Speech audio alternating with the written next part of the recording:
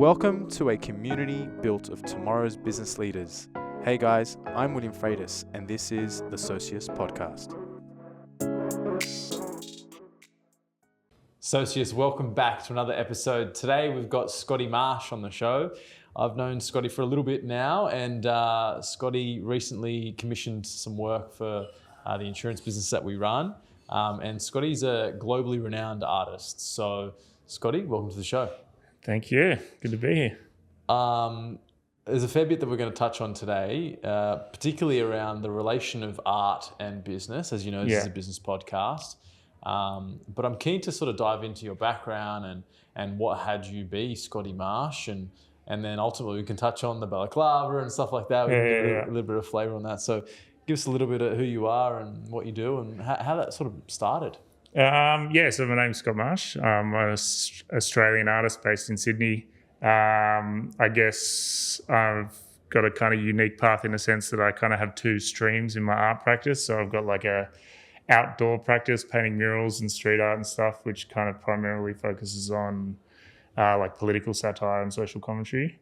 And then my studio practice is, painting canvases and exhibiting and that kind of thing is focused more so on portraiture and some floral works and stuff like that. So I've kind of got a few things going on at once. Yeah, and so how did it sort of start? Like, it is largely graffiti work and a bit of fine art that you throw in as well. So where did it begin? I guess, as a kid, art and sport were the two things I was good at. I wasn't a great studier. I was just drawing pictures and kicking footies or playing basketball. Yeah. So, obviously you're good at something, you keep doing it, etc. And then as I kind of got older into my teens, I discovered graffiti and then just became hyper obsessed with graffiti growing up, which was good because it was, bad, you get in trouble, whatever, but I don't care about that part. Yeah. But it was good because it kind of kept me kind of creatively engaged through my teens into my 20s.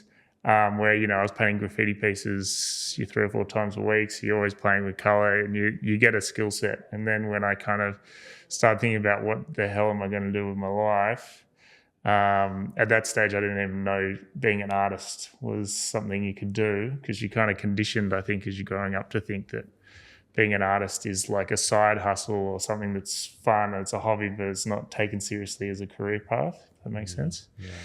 Yeah.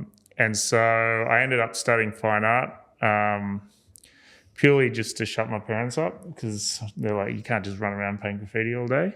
So I went and did that, and that kind of sent me on the path that I'm on now.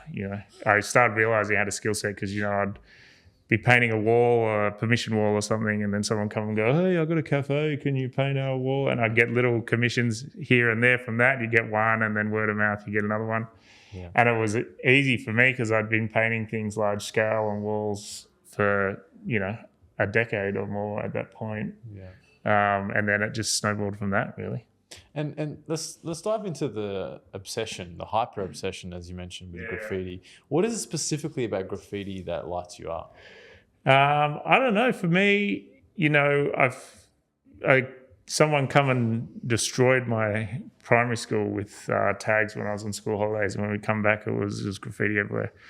And something in that clicked with me, and I've heard from other kind of older graffiti writers, it's just some people it speaks to them. It's like a really kind of unique mix between like creativity and also being naughty. When you're a kid, you want to be rebellious and do, naughty things and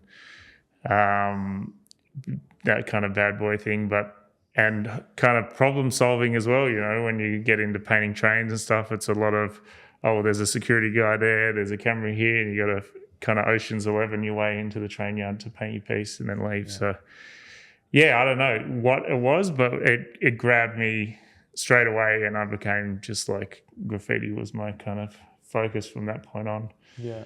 And I don't think that's uncommon when you speak to a lot of kind of long graffiti writers that have been in that community for a long time. It's the same thing. They just, it got them. I don't know. And it's so easy from the outside in perspective, looking at graffiti and just saying, or you might get stuck in graffiti, right? Yeah. As a career path or as a form of art or as a medium. Yeah. But you then added on the element of fine art, right? Yeah. And when you look at a lot of your artworks now, you do both, right? So would you say that's a rare thing? Oh, no, there's a lot of people that move from the kind of graffiti world into the art world, into tattooing, back in the day, everyone used to become a sign writer because that was like a letter-based art, but now that's so digital, I think that's changed a bit. I'm not sure really. And what are the similarities in the fine art piece of the graffiti work? Did you find as much obsession with fine art, or was it really just, as you said, just to kind of shut up the parents? Well, it's just a different thing. You know, I always say, like, people are like, why do you keep doing graffiti? Why don't you just focus 100% on your art? And I always say, you know, art's for the people and graffiti's for the soul. So graffiti's for me and the art's for kind of everyone else, if that makes sense. Yeah. But, you know, when you're trying to find your way in the art world, you've got to take what you have in the graffiti thing. You need to, you know, some people try and throw it in the bin and do something completely different. But for me, graffiti was such an important part of who I was growing up, and it became part of my identity that I needed to include that in the work that I was creating. Otherwise, it wasn't authentic and it didn't really have any guts to it, if that makes sense. So, like, a lot of my studio practice is about taking, you know, traditional notions in fine art, so the floral still life or the female nude, and then combining that with this kind of graffiti aesthetic. So I'm using the materials like spray paint and kind of house paint and inks and markers and stuff to create these kind of, I guess, fine art motifs, but in a kind of graffiti way. So they've definitely got that edge to them, if that makes sense. And you know what I find interesting, you know, bringing it back to sort of the business component, every founder has that hyper obsession about a particular area of their business. Yeah. And that's where I can see the real synergy between an artist and a founder or an entrepreneur, whatever you want to call them. It is very much leading a venture of something that you're passionate about, and then you creating a medium or creating an enterprise that you can then take Yeah, further, I think right? passion's the key for sure. Like, if you're passionate about, you know, if I wasn't getting paid to be an artist, I'd still be doing exactly what I'm doing now. I just wouldn't be getting paid for it. So, you know, if you got that kind of passion about anything, I think you'll figure out how to make a living out of it. You know what I mean? Or become successful in it, as long as you got that drive.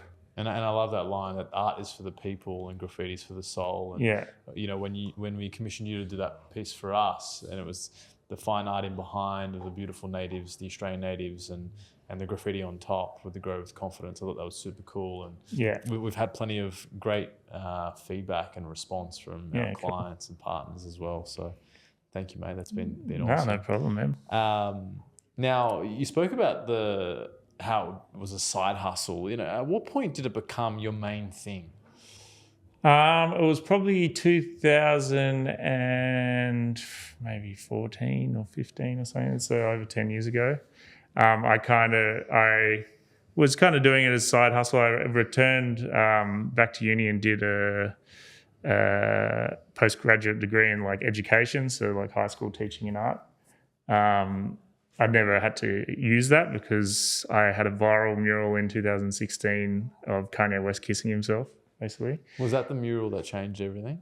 Yeah, for sure. It definitely changed the type of work that I was making, the way I looked at my work, especially working in public space. And it also gave me that kind of launch pad in terms of notoriety to work from that. So yeah, that was definitely huge. And you think that was part of the element of you going, yep, this is more than just a side thing. This will be a career that I can make. Yeah, well, I was already kind of working at it at that point, but it was getting to the point, that's why I went back and studied that. I'm like, all right, I'm going to have a job and do my art as well. But yeah, from that point on, I haven't really looked back at all. And now I'm like, the thought of having a job where I go and work for someone, I'm like, just, it's too far gone. I get that. I'd rather live under a bridge at this point. And it's interesting you say that, right? I'm keen to pick your brains on this specifically, right? Yeah. Because in some instances, you know, when you're commissioned by someone or someone requests a commission, how do you balance that the creative component of what it is that you want to develop versus what it is that they want to create or you to create. How do you balance those two? Do you find sometimes there's a bit of tension, or do you just not take on those works? Or talk to me about that. There's no really hard rule to it. Sometimes there's a little bit of tension. Sometimes I won't take a work, or I'll recommend another artist. If I can identify, like I look at a brief and go, I know the person who's like nailed this way better than me, I'll send it to them. And there's a little bit of that in kind of the artwork, in the art world, sorry. But sometimes these commissions as well, they take you out of your comfort zone because you're so used to just painting whatever you're painting. Sometimes you'll get one that's a bit of a pain in the ass, but you'll force it and you'll, deliver to their brief, but it takes you out of your comfort zone and you discover a little thing in there that you actually reincorporate back into your art practice, into your own personal work. So it can be a double-edged sword, in that way. Yeah. So they can be pretty beneficial, I think. I'm a big believer that growth comes from when you're uncomfortable. Yeah, 100%. So that's it's cool that you can even incorporate some of that uncomfortable feeling into your own art and take that as a development for your own practice. I think that's so cool. Now we're a few minutes in, and I haven't even asked about the ballet yet. So tell us about the balaclava. What's the story behind it? Well, when I first started painting murals and putting myself there as an artist, I would never really show my face just because I was really active in the kind of illegal graffiti scene back then. And then as time went on, and I started creating a lot of viral murals and getting a lot of media and attention around them, all the media stuff would be like, oh, show us your face, show it. Like they would get real narky about it. I don't know why. They always want a headshot. And I was like, no.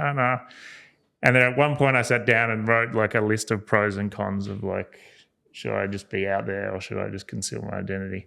And there was nothing on the pros list really. It was all cons. So I was like, nah, I don't want to show my face. And then, over time, I've got a lot of blowback on some of my political works from different groups where it was getting really gnarly with like threats and all kinds of stuff. And after that point, I was like, oh, mate, well, I made the right decision. I'm definitely sticking to that. So yeah. It makes it a lot harder walking down the street when you are getting threats and so on. When you're in a public space, up a ladder, painting a mural, focused in on something, you're in a pretty vulnerable kind of spot. Yeah. And if, someone wants to come kick a ladder out from you or do whatever they want, you're kind of a sitting duck. So it's better for me to kind of keep the face in. And so you're generally painting with a balaclava too? Yeah, if I'm painting outside, I just wear a balaclava at all times. Because a lot of the artwork, or not a lot, but some of the murals that you're doing is controversial, right? Or can be polarizing for some. How do you handle that? I don't know.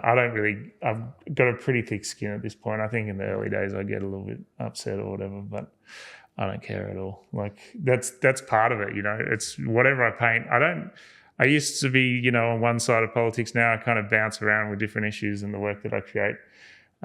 So it's basically anything that I create in terms of the satire stuff. I'm going to get 50% of people hurling shit at me and 50% of the people thinking that I'm a legend. So I just accept that that's part of the gig, It's the nature of politics these days. Yeah, exactly. So it doesn't really bother me. And you recently had a dutt plug element go viral, right? Yeah, right? yeah. You created a little artwork on a mural, is that correct? Yeah, did a mural of Peter Dutton as a butt plug. Yeah. I think he has a perfect head for a butt plug. So the pun kind of writes itself. So yeah, that kind of went viral. And then off the back of that, I teamed up with some guys at Attention and we created like an actual collectible Peter Dutton butt plug, the dutt plug. Did they approach you or is that like... Yeah, they had hit me up and go, hey, we want to make these Peter Dutton, butt plugs. And I was like, I want to paint that as a mural. So let's just join forces and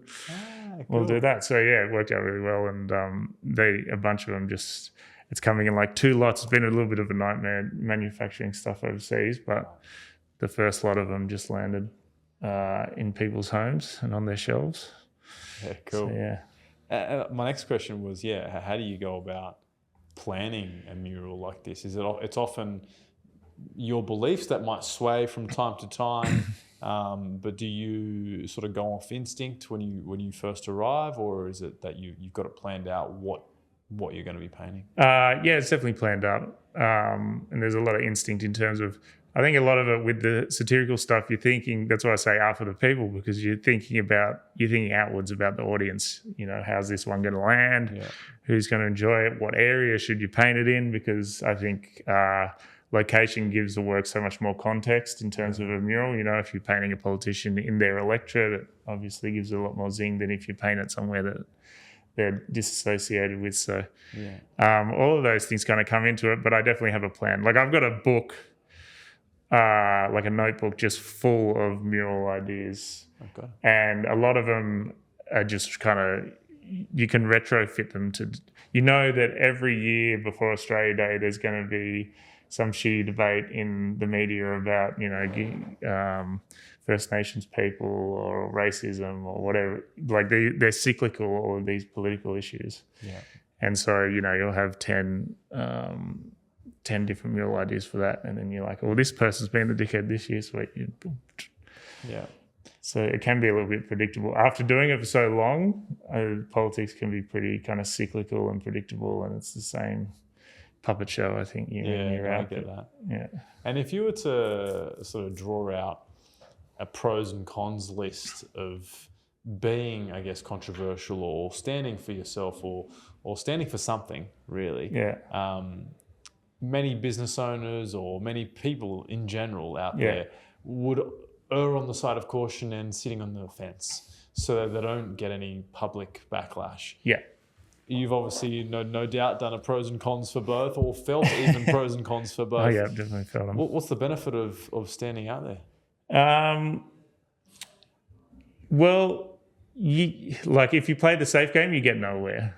Especially, I think, in today's world where everyone's looking for, you know, clicks. We're in like an attention economy, right? So if you're just going to sit around and just play it safe, you're not going to get anywhere. Like I've had commissions in the past where businesses will come and hit me up, and I know why they hit me up, because they're like, oh, you're the viral mural guy, and they want a viral mural that they're associated with, and then you'll deliver that to their brief, but they're so risk averse that they will take all of the bones out of it, you know what I mean, and remove the whole premise, and then go, yeah, paint this, and you paint it, and it doesn't get any attention. They're like, why doesn't it get any attention? It's like, because you didn't have any balls, you know, you got to follow through and kind of kick the hornet's nest. Otherwise, it's not. It doesn't work that way, you know. Yeah. And for me, you know, it can be difficult, because how is that going to impact me selling my studio work to people if they, you know, one side of the population hates me for this mural or blah blah. But that's why to create the work that I create, I've got to push that out of my mind, and I focus more on. You know, it's of freedom of speech and the idea of free expression. You say what you want, have a thick skin, and I accept people that I don't like or their views I don't like. I don't get mad at them or, you know, won't speak to them or something. I have a pretty diverse group of friends and associates in that regard. Yeah. And I think that's kind of the spirit that I attack it with. Yeah, I love that.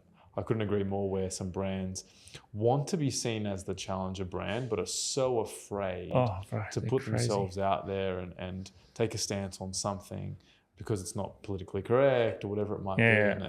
And cancelled culture is so significant, you know, and anything you say you can be cancelled for, and everyone just kind of be a little bit reserved, right? Yeah, but it's not real, it's magic. Like the cancel thing. Like I've had people I've had 3 or 4 at least big attempts at cancelling me for some bullshit.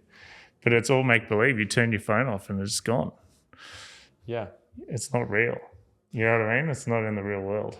And it's interesting. I was next going to ask you about social media, because you can be on social media today and gone tomorrow and everyone will forget you, right? Yeah. But specifically, I was going to ask, when you do a mural or a piece of art, do you think about how it'll go viral on an Instagram or a TikTok, whatever it might be? Or is it, you know, paint and they will come? What's the strategy? Do you think about what you do from there and then what the timeline is of how you launch? Yeah, there's a little bit. Like you got to think about, obviously, again, it's the same thing. I'm constantly thinking about the audience and walking on that line. So you want to be like right on that line, not too far this way, not too far that way, if that makes sense. And sometimes you get it wrong and you go too far and everyone gets the shits for you and you just shrug your shoulders. And it's funny because they'll be like, people will disavow you, and then you see them in your comments like loving some mural you paint a year later that's, in line with their beliefs, and you're like, is that bullshit?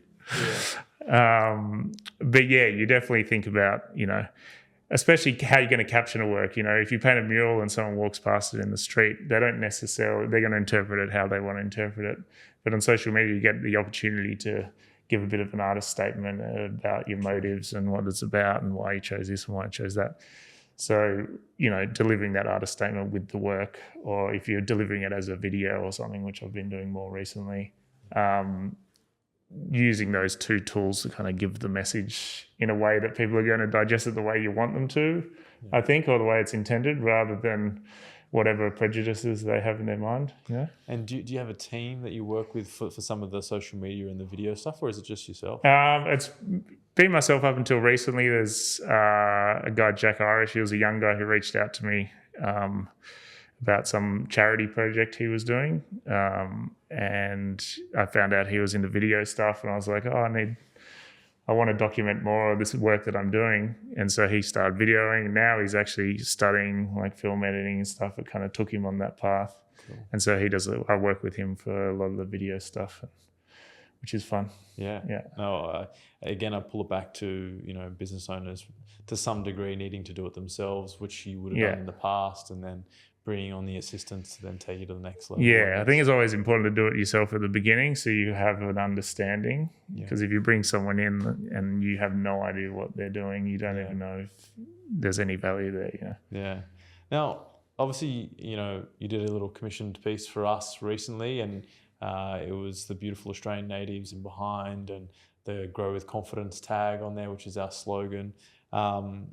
Give us a little bit from your perspective. I mean, why you accepted the work initially as well, and then what you sort of heard in that sort of brief. Like, was there anything in particular that stood out for you in terms of working with us, or why'd you pick those particular natives? What were your thoughts behind that? Well, when I heard the brief, I was like, sometimes you can just see it in your brain straight away, and it's pretty straightforward. Then my only job is to convince you that it's a good idea.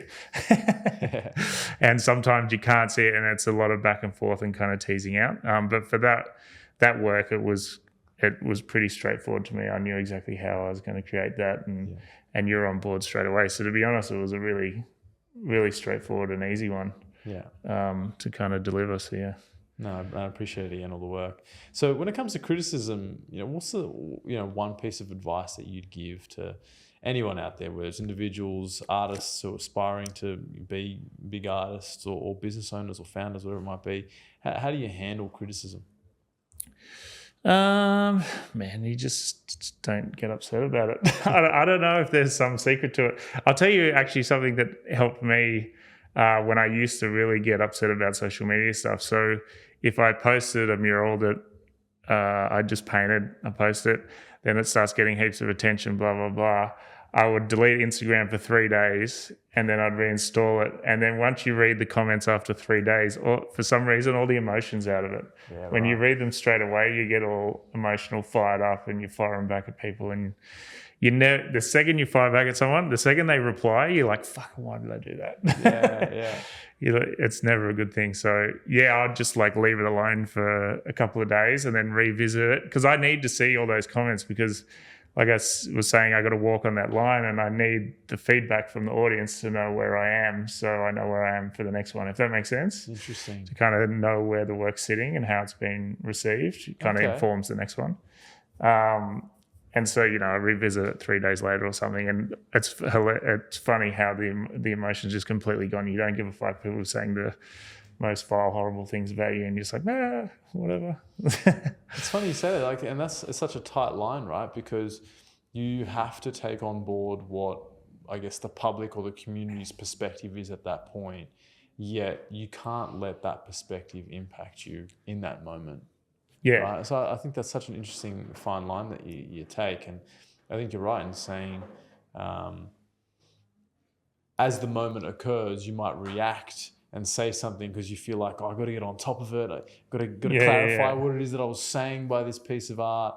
And it really is detrimental, really. At the end of the 3 days, it's done. Everyone's forgotten about it. Exactly. And a lot of the time, if you leave it for a couple of days, other people that follow you that kind of jump in there and respond for you and make all the points for you, you go back and there's like a comment thread and you're like, oh, these guys just said all the stuff I was going to say anyway. So they jump to your defense. So I appreciate that. Yeah.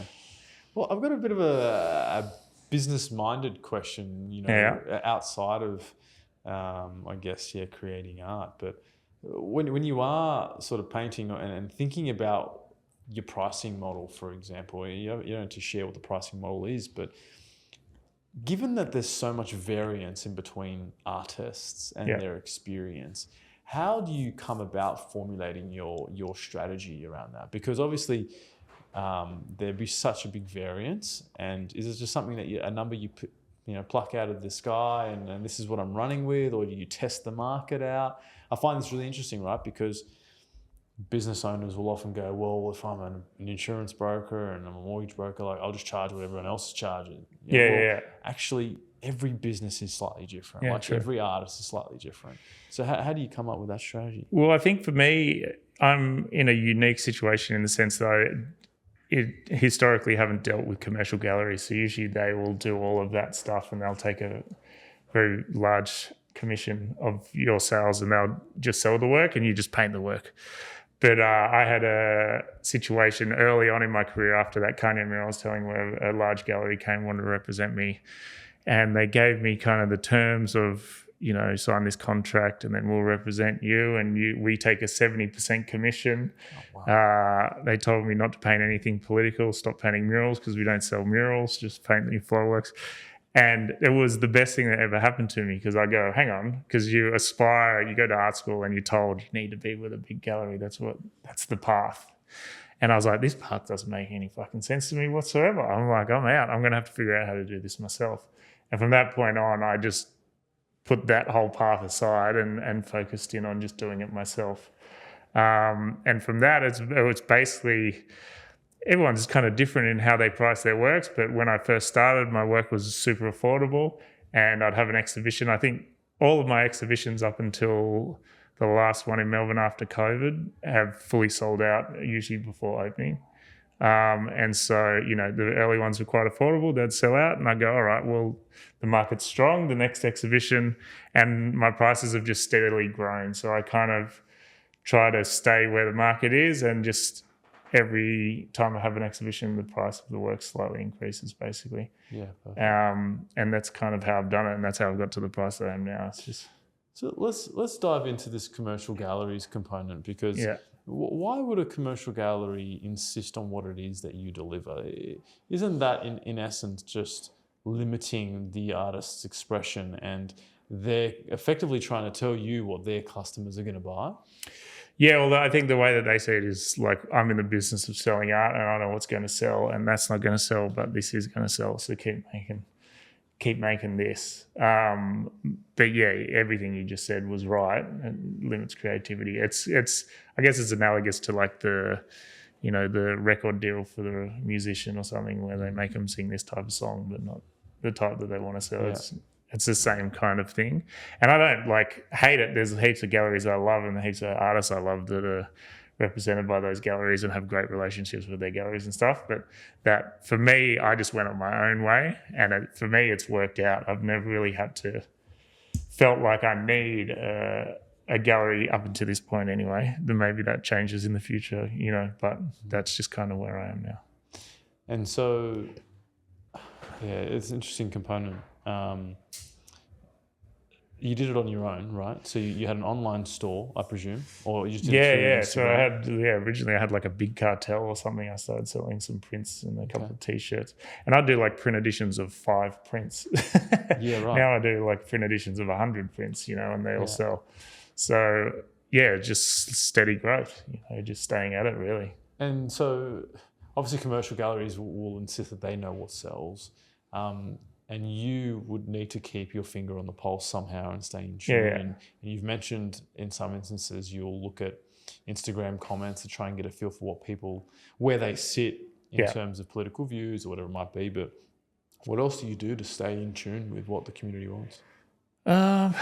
Well, I guess it's different for me because I've just got different streams in what I do that are like so different. Like my studio work and the floral work is so different from the kind of political satire work. So they're kind of working in the streams. And the way that it kind of just organically ended up happening was political work is traditionally really hard to sell because someone doesn't want a photo of a painting of Tony Abbott on their wall or something like that. But the floral works that I was doing before the political works, we can continue to paint, they sell really well, and people want to buy my work because they love my political work, so they buy one of the floral pieces. So the floral pieces fund the political work that sells the floral pieces, and it works in this kind of circular economy, if that makes sense, which has worked out really well for me. But yeah, I kind of identified that a few years ago. I'm like, hang on a minute. So you get one without the other, I think wouldn't work. Because the floral works would be, I'd slowly build and build, but reaching kind of where I am now in this kind of time frame, I think wouldn't work without the political work driving that attention and notoriety and stuff. And interestingly, some people might look at that and think that there's a risk in that. There's a risk in some of the political work that you do that impacts the sales of your floral work, right? Well, that was a great irony in what that guy said was, stop painting murals, we don't sell murals. Don't paint political work, it doesn't sell. I did the opposite of everything that guy told me, and it's worked out really well. So it didn't matter that much. I think his gallery's not even there anymore as well. So no. We won't bother with naming and shaming. Now, if you had to sort of put it down to one thing, what would you say the number one factor for success is for you? I think what we touched on earlier, passion. Yeah, I think if you're passionate about something, you'll find your path and you'll find your way about it. And I guess if I had to pick something else, was just thinking outside the box, being a little bit strategic, but more just like be willing to think outside the box and choose a different path. Because otherwise I'd be stuck in a gallery, giving up 50% of my income to a gallerist, and I'd be on that treadmill, which instead, I'm outside painting murals, I'm doing this, I'm doing that, I'm doing brand collaboration. I'm free to do whatever I want to do, which keeps me interested and, again, kind of fires up that passion. Otherwise, I feel like I'd begin to feel like a little bit of a hamster on a wheel. Yeah. You know what I mean? In the factory, just churning out paintings and not really having that expression. What is it specifically, if a business comes to you and wants to collaborate, what is it specifically that has you go, I want to do this one. This will keep my passion thriving? Because naturally, I can imagine when you're pumping out different pieces of art, you could get bored. Could you? Or do you think you could always paint Well, forever? I've got an exhibition opening this week, and it's a collection of my floral works. And usually, to create an exhibition like this, I would paint the paintings over the course of almost a year, but I'd be painting them in between doing other things. And say I'd paint 20 paintings, I'd sell 8 of them over the course of that year, and I'd keep my favourite 12 for the exhibition kind of thing. But I booked this show last minute, so I had 6 weeks. I was like, holy shit, I don't even know if I'm going to be able to do this. And I've spent the last 6 weeks day and night in the studio painting all these works, which has been fantastic because I've realised how much I can get done in a certain amount of time because I've been forced to. And the works have turned out great, but I'm getting sick of painting. I don't want to look at another flower for another 6 months. So there's two things. I want to touch on where the gallery is and all that sort of stuff. So tell us first where the gallery is, what you're doing. So I've got a show called Reborn. That's another my latest collection of these kind of native floral paintings that I do. They kind of intersect with graffiti, like I was talking about earlier. That's opening at Bathers Pavilion, which is a beautiful old heritage building at Balmoral Beach in Sydney. Right next to Mossman. And so that show's opening this Wednesday, 6 p.m, so anyone can come down for drinks or whatever and check out the work. And the work will be up there until, I think it's the 12th of January. So it's going to be there through the whole holiday period, which is great. Perfect. And now to bring it back to the process, because you're sort of talking about what drives off passion and stuff like that, and I got a little bit of an insight of what your process is, particularly with florals. Yeah. Because if you're seeing this many flowers, I imagine you get sick of it a little bit. But what is the process? How do you paint florals? Well, I've got the way that I learned to paint, I did go to art school and I learned some things there, but when I was at art school, all I cared about graffiti, so I wasn't really paying attention. I wasn't a great student.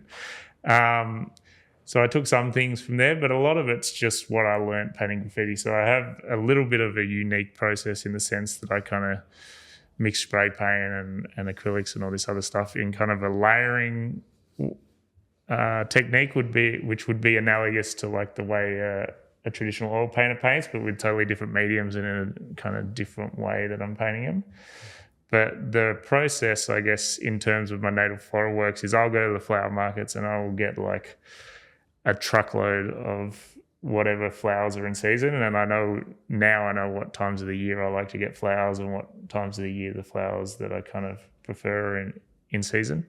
And then I'll flower arrange and take images for like 2 weeks until those flowers are all brown and dead and make a bunch of arrangements. And I know the paintings and the sizes roughly and the scales that I want the paintings for. So I'll shoot all the images and that'll be one body of work. So out of that group of images, I'll have, 20 paintings, a couple of prints and probably a couple of murals or something as well. And that'll be my year's work in terms of those floral works. And so then next year I'll do the same thing as well again. as an artist. Yeah, it's been interesting. I've become a little bit of a botanist. I know the names of the flowers, and you meet a lot of the growers when you're at the markets kind of regularly. So you can kind of call ahead and go, have you got any of these? You got any of those kind of thing. Is it primarily Australian natives that you're painting? Yeah, like when I started painting florals, like I said, the idea was taking those traditional notions in fine art. So I started painting more kind of traditional, fine arty, soft, feminine kind of flowers. But I think graffiti writers are such mark makers, with tagging and everything and all these different mediums. We're making marks all the time. And the way that I paint is I'm not really filling in spaces with color. I'm more making marks and building those marks up. And that's why there's a lot of drips and kind of movement and energy in the mark making. Yeah.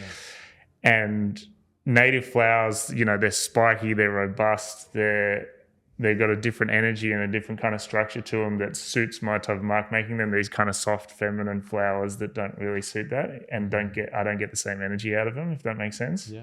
And I'm Australian and, people love native stuff here. So that kind of works. But that was kind of why I moved towards the natives. I think I painted a few natives and I just enjoyed it a lot more and kind of felt that the work was looking a lot more the way I wanted it to. And then I've stuck on that path. And on that same sort of path, if you're looking at flowers all day and painting the same sort of body of work, what do you do to get away from art and recharge? Graffiti for the soul. Paint some graffiti. Go paint my name on someone else's shit. I'm into boxing, so I do a lot of boxing and go to the beach, all the usual stuff, travel that people do to kind of recharge and set themselves up. But I'm lucky that this is a unique situation for this body of work that I'm kind of locking myself in there and banging them out. But I'm lucky that usually, I'd paint a floral this week and then next week I'm taking a piss out of some politician and this week I'm painting some graffiti and I get to kind of do different things. And I think for me, maybe I've got some ADHD mind or something that keeps me going because if I have to do the same thing for a long period of time, I lose interest. And will you sort of look at some murals in and around Balmoral or Northern Beaches, given that you've got the show there at the same time, or in other locations? Will you plan that, or is it not? There are some political works that I've been sitting on for ages. I just haven't had the time. The most difficult thing with painting murals is getting walls. Yeah. So that's the biggest problem, is finding canvases, basically, because, if you're painting a mural, you're not doing it illegally. It takes a little time. You need permission from whoever is in the building. So I have walls, and then when I have a mural idea that fits on a wall, then I'm like, all right, I need to find the time to do this, or I sit on it for a while until it's kind of more in the zeitgeist, or I feel like the audience is more willing to receive the work, Yeah. You could have the greatest mural idea ever, but if you paint it at a time when no one gives a fuck about that subject, it's just never lands. Yeah. I think with the political stuff and the satire stuff, it's almost like 70% timing. Yeah. Yeah. And so it's a silly question, but is it all commissioned work, or is it sometimes you've got a wall? None of the political stuff is commissioned, or maybe I've done 2 in the past that have been with some group that wanted to paint a mural, but it'll be like, well, here's 2 murals that I wanted to paint on this topic. Right. And they'll go, oh, we like that one or whatever. And so you do it like that. But like 99% of them are as self-initiated works or the political stuff. And out of interest, what would you say to people saying that you're the Australian Banksy? Is it something that you're happy to have that sort of comparison, or what's your thoughts? Look, it's hilarious because there's a group of guys that we all went from graffiti into art that I kind of came up with, and we've all been pretty successful in the art world, and we've all been called Australian Banksy in the media at some point. So everyone's an Australian Banksy. If you can get your art into a newspaper and you're painting street art, you're Australian Banksy. So. That's so good. So then give us the vision for not only just your business, but what you think for art generally, right? Because it's such a big space, right? Like I'm sure plenty of kids might be listening in at home potentially. Most of our listeners are business owners, but if anyone did sort of grab this and they're enjoying their graffiti work and they're thinking about what's next, what is your vision for the industry in general as well as your business? Well, I almost sit outside the industry in a little bit because I've kind of chosen this way of doing things, but I'd love to see more artists kind of doing what I'm doing and taking the initiative and doing it themselves, because I think today you've got all the tools there. You've got online commerce, you've got social media, you have the ability to promote your own work, so you should at least have a crack. And again, to do that, you got to think about the audience, because if you don't have an audience, then you're just in the basement painting about your feelings and no one gives a shit. In terms of my art practice and the things that I'm doing, I guess, in the future, there's a lot of kind of larger concept exhibitions that I want to do around some of the political work that I've done, which will start bringing my studio practice in, and meshing it with that outdoor practice. So I'm in the process of kind of doing those, and then there's some books that I'm working on in terms of like collecting big bodies of my work and publishing those. So. Yeah, cool. And so just to clarify, you reckon the commercial gallery model is broken? No, it's still part of that whole system. It's just a different system to what I'm in. Like, I sell work to collectors. The majority of my work is to punters, where they're selling to collect. Once you get into that like kind of high end bracket, they're selling almost exclusively to art collectors. So it's becomes less a painting that I want to stick on my wall, and more a scarce asset that I want to park my money in. I mean, more that. So, which I get a bit of that, and you kind of get to that stage, I guess. But it's a totally different thing, I think, from what I'm doing. Yeah. What I hear in it too is just the opportunity for an artist to be able to have all the tools in that is social media, online, how easy it is to create a Shopify website these days, to be able to take it your own way, use your own approach and not, I guess, sell your soul effectively to somebody else. That's what I was kind of alluding to. But yeah, actually, digital art. What's your view on digital art? Like, obviously NFTs and crypto, that sort of took off a little bit. There's a space that you played into a little bit, or not? Yeah. I had a little NFT project that was like, I was already doing some bin chicken kind of related works, because I found it hilarious, this bird that became a meme, that was almost like the unofficial Australian mascot or something for a while. So I did a little project of like digital NFT bin chickens that were like randomly generated with different traits and stuff like that, which was a lot of fun, kind of dipping in that space. But that NFT thing is great. Like, I don't create digital art other than that project. But in terms of artists that do like video work, or they do, there's so many incredible illustrators that do crazy digital work as well, they now have a way of attributing authenticity to that work, so it has some sort of value. You know what I mean? Where before it was just like screenshot, and that was kind of a joke. Right, yeah, okay. So now they can go, this is the work that is mine. It's on the blockchain. It's locked in. Yeah. These ones, they have no value there. So then now you've got a scarce asset, so you don't have... Correct. Yeah, just... So do you think it's got some legs? Obviously, it's a bit cyclical, that NFT market.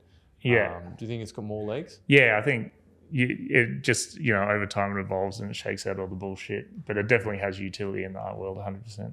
Love it. Yeah. Mate, really appreciate you coming onto the show. Like, obviously, it's been a pleasure to work with you as an artist, supporting our brand. We obviously had a little bit of a vision that we wanted to collaborate with you on, and it was awesome. A lot of the clients we deal with are Australian clients, and so to be able to come up with the Australian natives and put on that slogan was awesome, and to see your vision come to life was incredible. So, mate, it's been a pleasure to work with you, and it's been a pleasure to have you on the show. So. Easy, bro. Been a pleasure. Appreciate it. Socius, thank you for joining us today. Please hit the subscribe button if you've enjoyed this episode. And if you'd like to be part of the Socius community, follow us on Instagram, Facebook, and LinkedIn to stay in touch. Cheers.